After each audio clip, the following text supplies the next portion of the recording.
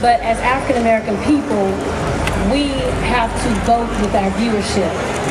And unfortunately, sometimes we are more prone to look when it is violence. We're more prone to look when it is drama.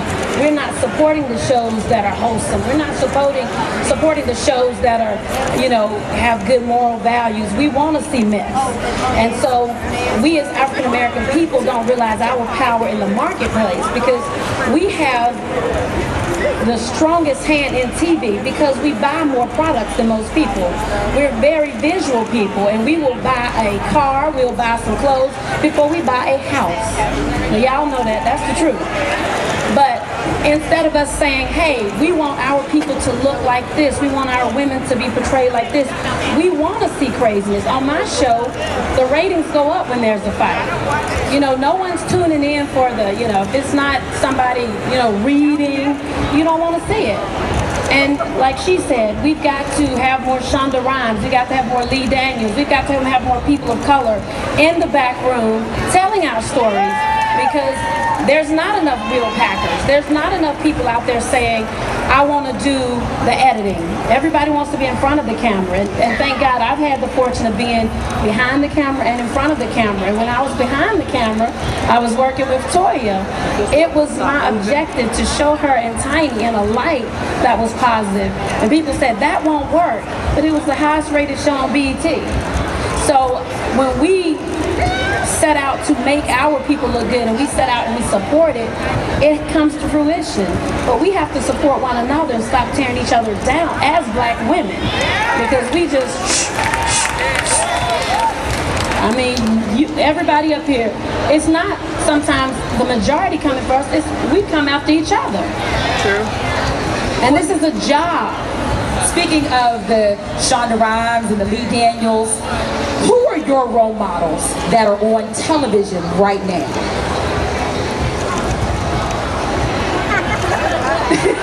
Braxton Famiy Values. I would say the most positive show that's on television right now will have to be T.I. and Tiny. Yes. And Rap Run. Like, people don't like to watch shows like that because they're considered boring.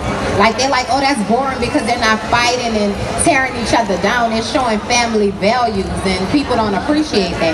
Like what our show, yes, I'm from the hood of New Orleans. Like, I was given the opportunity to have a platform, and people drugged me for talking about a situation that's real. I wasn't fighting my brothers. I wasn't fighting my mom. I wasn't fighting girls. I was addressing real life situations that people go through every day. And just because it didn't help one person, it helped somebody, because still to this day I haven't been on a TV show in 6 years, and people thank me for that one show every single day. You know what I mean? But people, oh, she's boring. Oh, she's just Lil Wayne baby mama. Like, you have to deal with that type of stuff when you're doing something positive. It's like we as black people, we always tear each other down instead of lifting each other up. Like, okay, she was brave enough to share her story. She was brave enough. She helped me, want to go help my mom, deal with this drug situation, because it's not easy. And that wasn't easy for me to open my family life up to the world. People knew me as being a rapper's baby mother, and that's it. And they thought that's all I was going to be. When I first filmed Tiny and Toya, I was lost as hell. I didn't know if I was coming or going. I just knew that I married a rapper, wasn't no longer with him, kind of thought my life was over. God blessed me with the platform. I say, you know what, I'm not doing a show about this man. I'm going to do a show about my family, because this is a black family that's going through stuff. Like, I come from the struggle. I wasn't born with a silver spoon. And just because this man was put into my life, I can't help the cause that was dealt to me. I didn't go looking for a rapper. I met him in high school, and I just happened to be a young teenage parent. But I didn't stop there. I kept going and going and going, and I'm still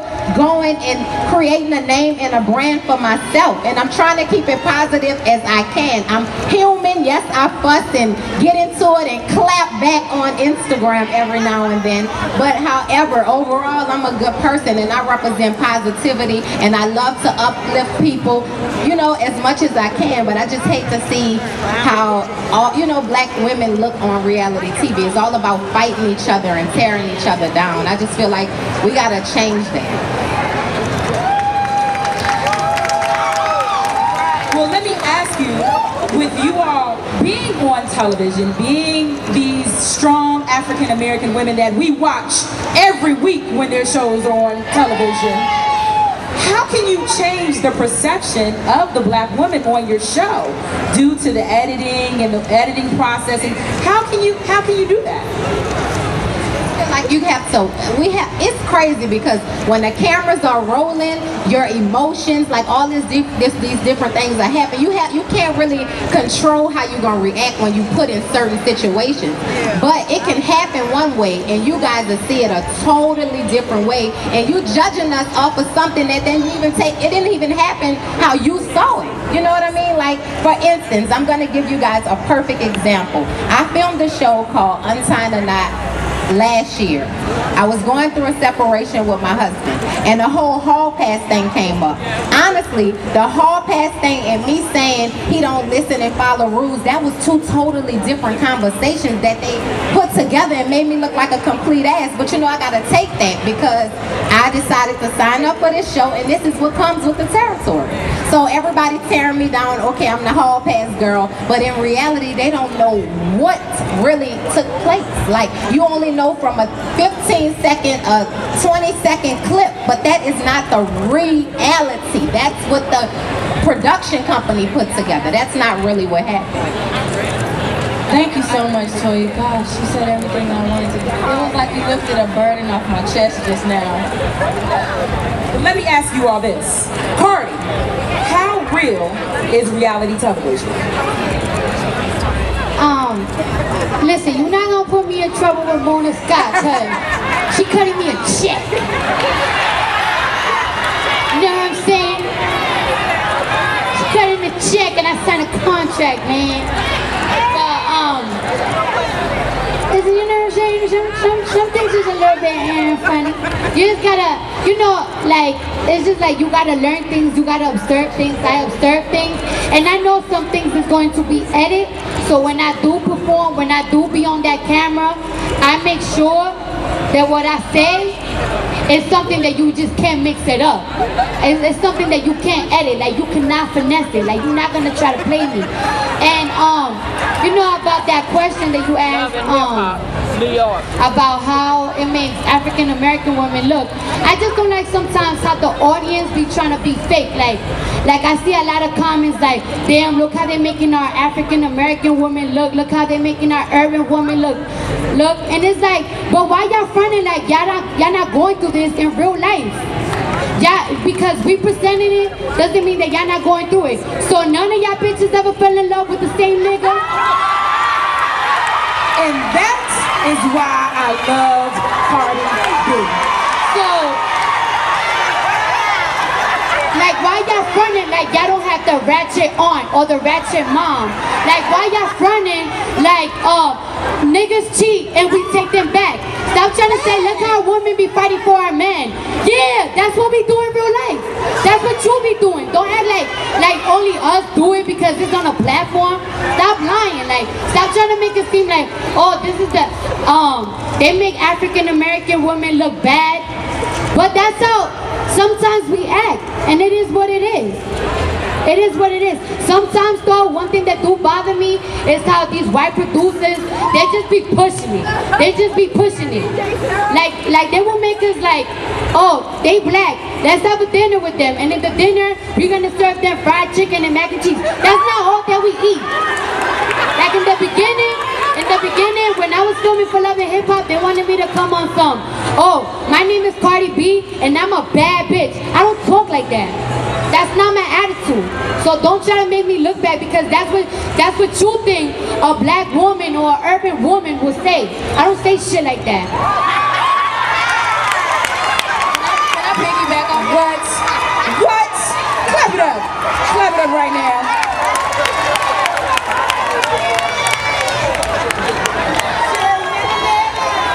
And can I just say, to piggyback off of that, Like when y'all see a lot of stuff and you got a producer that's just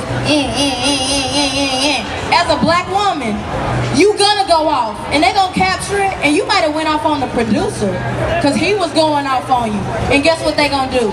Use that as the highlight for the whole season because you was going AWOL, and they make it look like you was talking to this person, Girl, but it really you walk away a lot of times.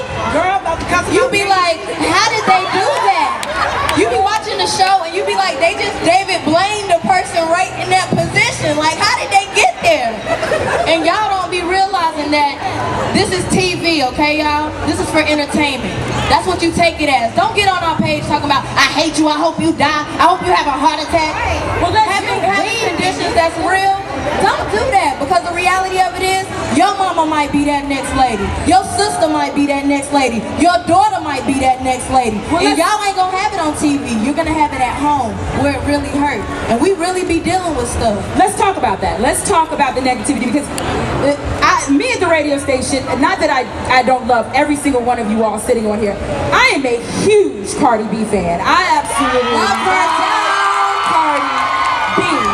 And I think that sometimes you get a bad rap. Sometimes I'll say I love Cardi B and people will give me the side eye, and I'll be like, don't do that, because she speaks real. She speaks real. She just does it in a sort of way, and people might sort of turn their head, but what she is saying is very, very real. And you know, Toya, you talked about your experience. Dutchess, you talked about that. How do you all deal with the negativity that you all receive from the public? Well, you know, haters is your motivation.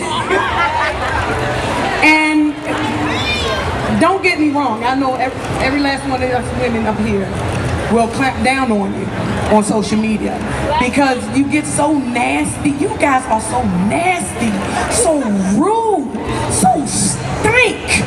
I don't understand it. And the thing is, you talk about, just like Cardi B said, you talk about what we go through.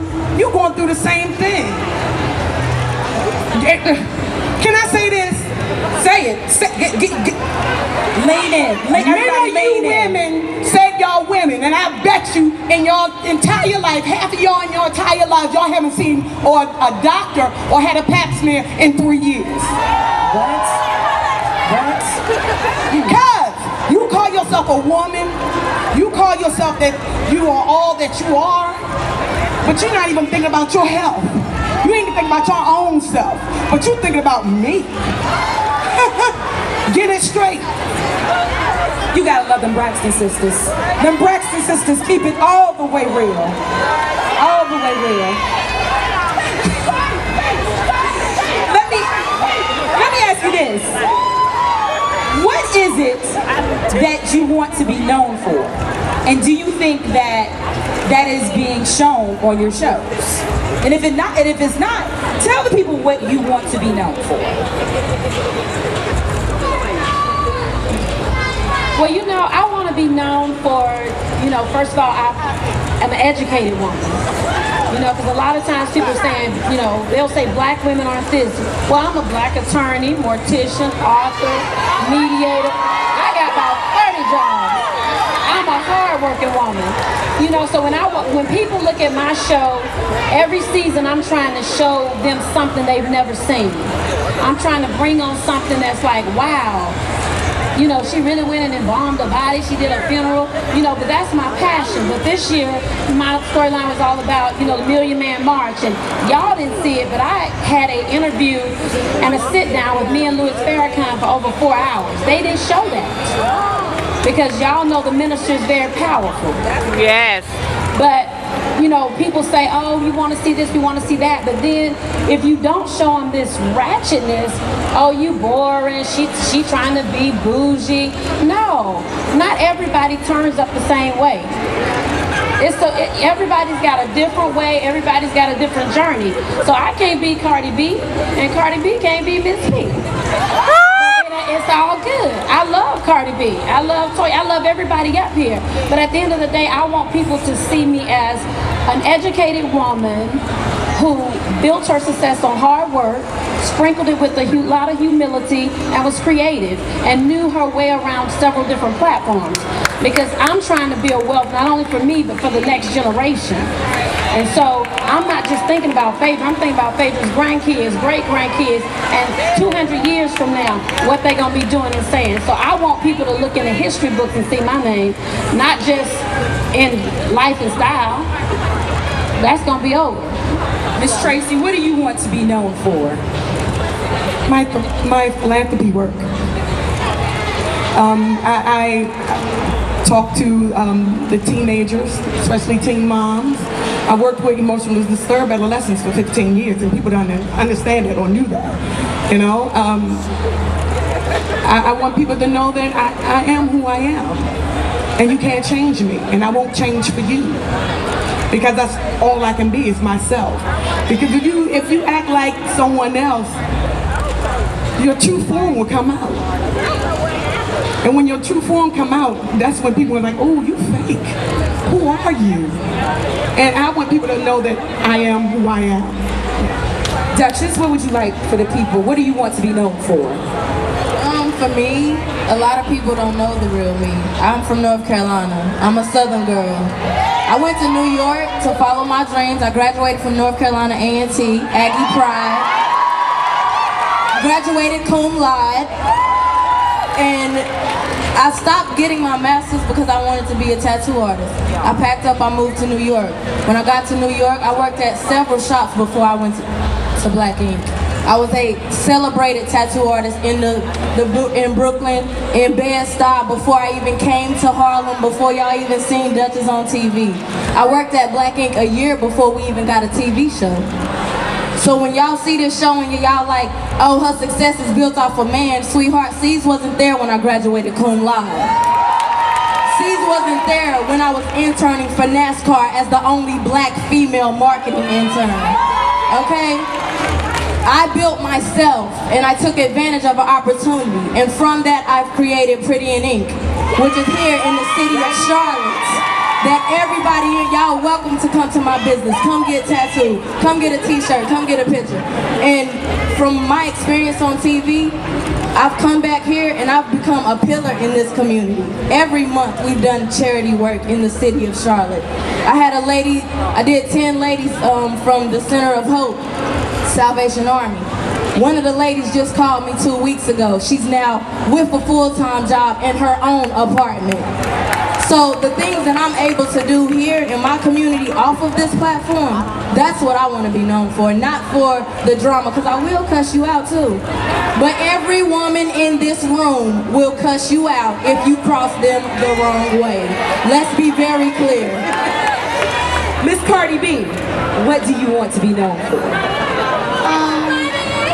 I just want like people to understand, like, because everybody says that I'm ghetto, and maybe I am. I don't know, I'm from the ghetto. I'm a goddamn product of my environment. But just because you ghetto doesn't mean that you're dumb. Like everything that I do, and before I do a video, I think it through. Before I even sign a contract, I think it through. I think everything through. Everything. And you know, everybody say that I can't speak English properly. That still don't make me dumb. Though.